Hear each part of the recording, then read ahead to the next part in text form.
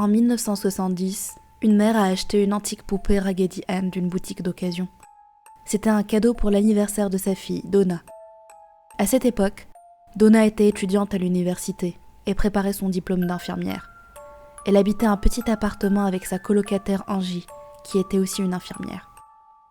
Ravie de son cadeau, Donna a posé la poupée sur son lit pour le décorer et n'y a plus vraiment pensé, jusqu'à quelques jours plus tard. Pendant cette période, elle et Angie ont toutes les deux remarqué qu'il y avait quelque chose de vraiment étrange et glauque à propos de cette poupée. Elle bougeait apparemment d'elle-même, des mouvements relativement discrets au début, comme de légers changements de position. Puis, le temps passant, les mouvements sont devenus de plus en plus évidents. Donna et Angie rentraient le soir pour découvrir la poupée dans une pièce complètement différente de celle où elle l'avait laissée. Parfois, elle la trouvait sur le canapé, les jambes et les bras croisés. D'autres fois, elle la trouvait debout, bien campée sur ses pieds, appuyée contre une chaise dans la salle à manger. Plusieurs fois, Donna la plaçait sur le canapé avant de partir à l'école, et en rentrant le soir, la retrouvait de retour à sa chambre, sur le lit, porte fermée. Elles ont également trouvé des mots qui semblent avoir été écrits par un enfant. « Aidez-nous !» Une nuit, en rentrant pour trouver que la poupée avait bougé pour la énième fois, Donna a senti que quelque chose était différent. Un sentiment de peur l'a envahie quand elle a inspecté la poupée et remarqué quelque chose qui ressemblait à des gouttes de sang sur le dessus de ses mains et sur sa poitrine. Apparemment, sorti de nulle part, un liquide rouge était apparu sur la poupée. Effrayée et désespérée, Donna et Angie ont décidé qu'il était temps d'avoir l'avis d'un expert.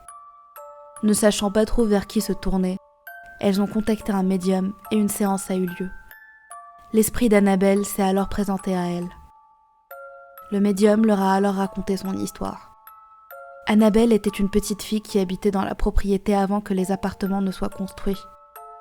Elle n'avait que 7 ans quand son corps sans vie a été retrouvé dans le champ où se trouvent maintenant les appartements. L'esprit a dit au médium qu'elle ressentait du réconfort auprès des 2 jeunes filles et qu'elle a décidé de rester avec elles en prenant possession de la poupée.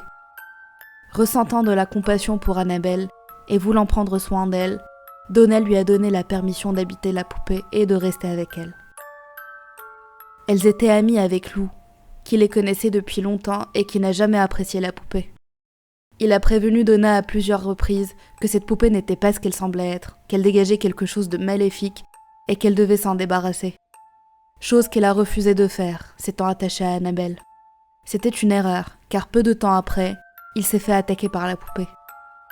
Une nuit où les 2 amis l'avaient invité à dormir, il a fait un cauchemar presque réel où il était paralysé, Annabelle à ses pieds, rampant lentement sur son corps jusqu'à atteindre son cou, puis l'étrangler. Il ne se souvenait plus de ce qui s'était passé après, mais à son réveil, il avait des traces autour de la gorge. Ce n'était pas qu'un rêve. Ces cauchemars n'ont fait qu'empirer jusqu'à ce qu'il se fasse agresser en présence des 2 filles. C'est à ce moment-là que Donna a pleinement réalisé qu'elle n'avait pas affaire à un esprit inoffensif, et qu'elle a décidé de demander de l'aide au prêtre de la ville, qui a pris contact avec les célèbres enquêteurs du paranormal, Ed et Lorraine Warren. Après avoir été mis au courant de l'affaire, ils ont conclu que la poupée n'était pas habitée par l'esprit d'Annabelle, mais un esprit démoniaque, inhumain, qui utilisait la poupée dans le but final de prendre possession d'un corps humain.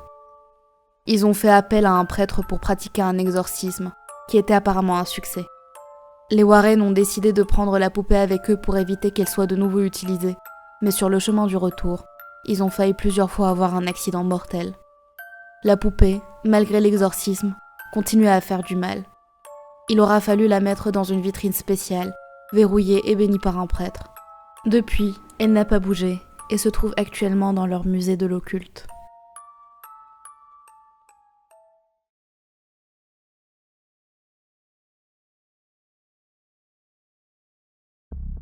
En 1896, Thomas Otto et sa famille ont emménagé dans un manoir à Key West, en Floride, connu à présent sous le nom de Artist House. Les Otto étaient connus pour être très sévères avec leurs servants, allant même jusqu'à les maltraiter. Une servante a été engagée pour prendre soin de leur fils, Robert.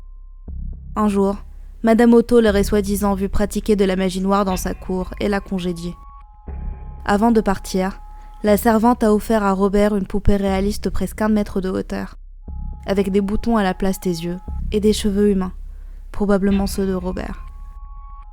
Les poupées réalistes n'étaient pas inconnues à l'époque, mais celle-ci s'est avérée être spéciale. Robert lui a donné son nom et l'habillait souvent de ses propres vêtements. Robert, la poupée, était devenu son fidèle compagnon. Il l'emmenait avec lui partout quand il faisait du shopping en ville. Elle avait son propre siège à la table des repas, où Robert lui passait des bouchées de nourriture quand ses parents ne regardaient pas. Il la traînait même avec lui au lit, en allant se coucher. Cette relation au départ innocente était vite devenue malsaine. Peu de temps après, Robert, l'enfant, a décidé qu'il voulait être désormais appelé par son second prénom, Eugène, après qu'il se soit fait gronder par sa mère. Robert était sa poupée, pas lui. On entendait souvent Eugène dans sa chambre en pleine conversation avec Robert. Il lui parlait de sa voix enfantine, et la réponse était d'une voix beaucoup plus grave. Parfois, il devenait très agité, inquiétant sa mère et les servants. Il faisait parfois irruption dans sa chambre, trouvant Eugène dans un coin alors que Robert était assis sur une chaise ou sur le lit, le fixant. Ce n'était que le début. Eugène se réveillait de plus en plus souvent la nuit en criant. Un soir, ses parents ont entendu un énorme bruit dans sa chambre. Ils se sont précipités pour découvrir que la pièce était complètement sans dessus-dessous. Eugène était dans un coin, fixait la poupée et disait « C'est pas moi, c'est Robert !» Ses jouets étaient retrouvés mutilés. On pouvait entendre un petit rire sinistre qui semblait venir de nulle part.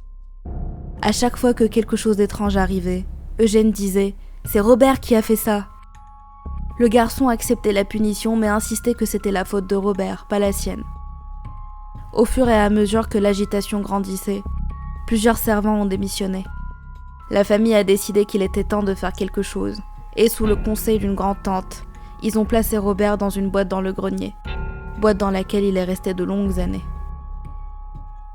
Après la mort de son père, Eugène, désormais adulte, a hérité du manoir de son enfance. Il a décidé d'y vivre avec sa femme. Il était devenu artiste peintre et était convaincu que cette maison était l'endroit parfait pour exprimer son art. Il est remonté directement au grenier pour sortir sa vieille poupée d'enfance et la dépoussiérer. Le temps passant, il est devenu à nouveau de plus en plus attaché à Robert, au grand déplaisir de sa femme. Eugène recommençait à l'emmener avec lui partout où ils allaient. Il dormait dans la même pièce que le couple. Il s'en prenait souvent à sa femme, faisait des crises de colère en brisant des objets. Puis il se calmait et redevenait lui-même. Il s'excusait, disant que c'était la faute de Robert. Sa femme commençait à douter de sa santé mentale. Après plusieurs disputes, elle a réussi à remettre la poupée dans le grenier, qu'Eugène avait aménagé de manière à lui faire une chambre à part entière, avec ses propres meubles et sa propre garde-robe. Eugène y passait tout son temps. Leur mariage tombait lentement à l'eau, jusqu'à ce que Madame Otto ait apparemment perdu la raison et meure d'une cause inconnue. Eugène l'a suivi peu après. Robert aurait continué d'attaquer les gens, les enfermant parfois dans le grenier. Les personnes qui passaient dans la maison affirmaient entendre un rire maléfique provenant de la chambre. Pendant un moment, Robert était resté seul dans la maison, jusqu'à ce qu'une famille la rachète et la restaure. La poupée a encore une fois été placée dans le grenier.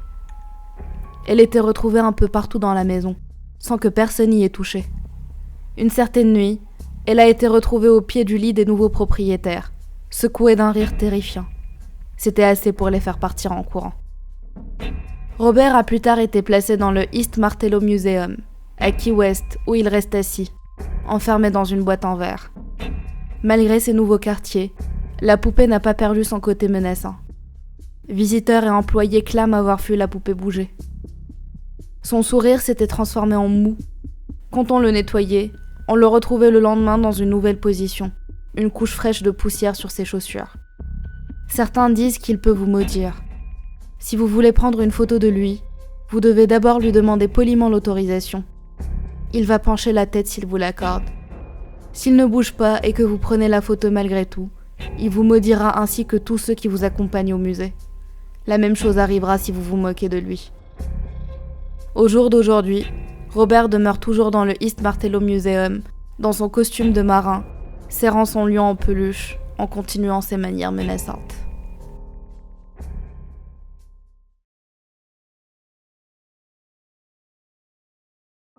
Dans la campagne du sud de l'Illinois, une société fabriquant des jouets a commencé à vendre des poupées de bébés réalistes aux futures mères. Mais apparemment, une fois le bébé venu au monde, la poupée bébé se mettait à pleurer. La bercer comme l'indiquait la publicité ne fonctionnait pas, et on ne pouvait la faire taire sans la secouer. Lorsqu'elle commençait à pleurer, le parent devait la battre.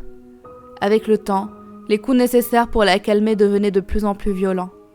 La seule chose qui semblait fonctionner pour faire taire la poupée bébé de manière permanente était de lui fracasser la tête contre le mur pour détruire le quelconque mécanisme qui déclenchait les pleurs.